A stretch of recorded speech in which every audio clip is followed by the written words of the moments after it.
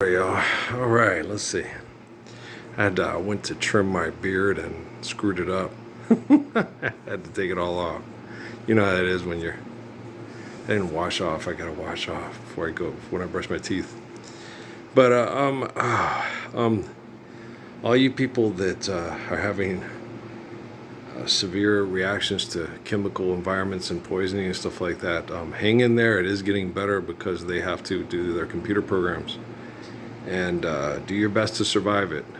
And in the future, you know, we'll heal and we'll live better and more healthy lives. A lot of people, Sun Sen died when he was 58. D.T. Suzuki died in his 80s. Judah Krishnamurti was 90. Stuff. Haile Selassie was assassinated. Guys, you could live to be 104, maybe more. Yeah, because I'm 57 going on 58. Okay, Judah Krishnamurti and Haile Selassie and Sun D.T. Suzuki didn't get to live in a world where we're living the Lord's Prayer and the entire ecosystem is recovering from abuse and the entire human population is healing and becoming more enlightened and more concerned about selfishness and overpopulation through selfishness as opposed through overpopulation because of selfishness. You see what I'm saying? When selfishness is the cause of overpopulation, when you become unselfish, your concerns about overpopulation are out of love for your children and not for a molecular similitude of yourself. Okay, what kind of world will someone like me have to live in the future? Okay, that's what happens because past, present, future operate at the same time. And it's a subconscious recognition of sharing memories of molecular similitudes. Right? Do you understand? So people perceive it as selfishness. It's like, it's not selfishness, it's consideration. And I'm more concerned about the way overpopulation and the horrible environment affects Patrick, Natalie, Emily, Noah, Kate, and Crumb than I am about a molecular similitude of myself with old John McCain. We could have you be born to a woman who ends up in Ethiopia in a mud hut and die starving to death. It's like, what's the difference between that and trying to rub my balls off at a grocery store in New Mexico? You know, isn't that the same kind of pain? Chemical poisoning that tries to shut down your prostate, as same as starving to death in a mud hut. How is that? You suck. Go drop a bomb. Go to drop napalm on children, okay? You hero. Get the fuck out of here. He was an asshole. I connected to Ginsburg. Didn't ever want to talk to again. Never talked to Scalia. Probably don't want to. His best friends with Ginsburg. Could stand Ginsburg. Okay.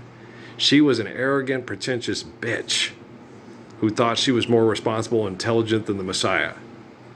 And you're like, God dang, you're dangerous and you get people killed. You sound just like that asshole who worked at Fort Huachuca, who performs genocide operations to intelligently manage a surplus population with old Custer. It's like, gosh, she was a horrible person. She's like that stupid lady. The more I talk to you, the more I talk to you, the more I thought about it, the more you sound like Satan. How dare you compare yourself to our Abraham, our Moses, and our David? It's like, I thought they were everybody's since religion. Okay. No, not Abraham, Moses, and David.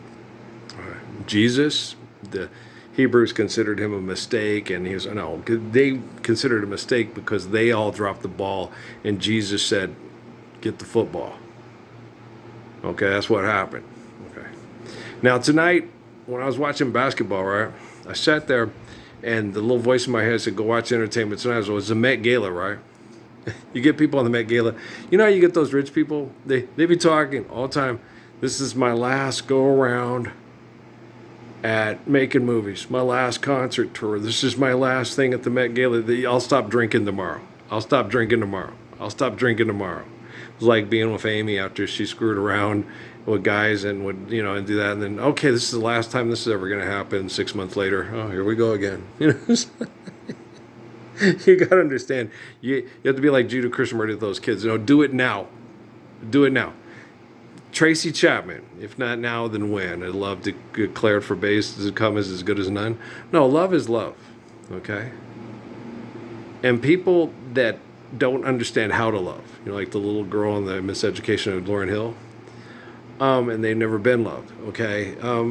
They're difficult. You can't teach them how to love. They have to learn on their own. Okay, and they have to be worthy of love because they're faithful. Okay? If they're not faithful and they're distracted and they're egotistical and they're taught how to be egotistical instead of loving, they're going to be that way until the cows come home. Okay, there ain't nothing you can do about it. They have to do enlightenment is of self, like Judah Krishnamurti taught, right? And I was just sitting there watching that Met Gala stuff. I've heard about them before. I didn't know exactly what they were about. So I sat and watched it, and there's people sitting there talking, right? They have these ridiculous dresses no one wears. Okay, they wear them at one night. Okay, the poor people, people that are not as amazing as the people that wear them, spend 5,000 hours sewing those beads on that dress to be the Empress's new clothes, while families are on top of trains going from Venezuela to El Paso, looking for ways not to have their mom or their daughter be a prostitute to pay their bills because the CIA has turned their country into moon over fucking Parador, right? And we don't want to end the theater. We got to keep the theater alive. Let's put this chicken in a pot. Inman, Cold Mountain, save us, right? It's like we could go the rest of our life without people pretending to be a hot sex scene in the middle of at the end of the Civil War, okay?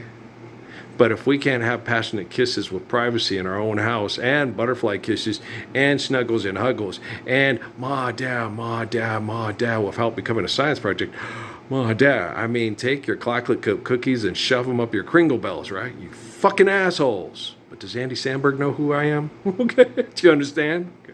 I'm going to go to bed. I love you very much. Should be obvious. You love me very much? No. When you do, it'll be obvious, and then we'll both live our lives living the Lord's Prayer and be happy. All right? Peace.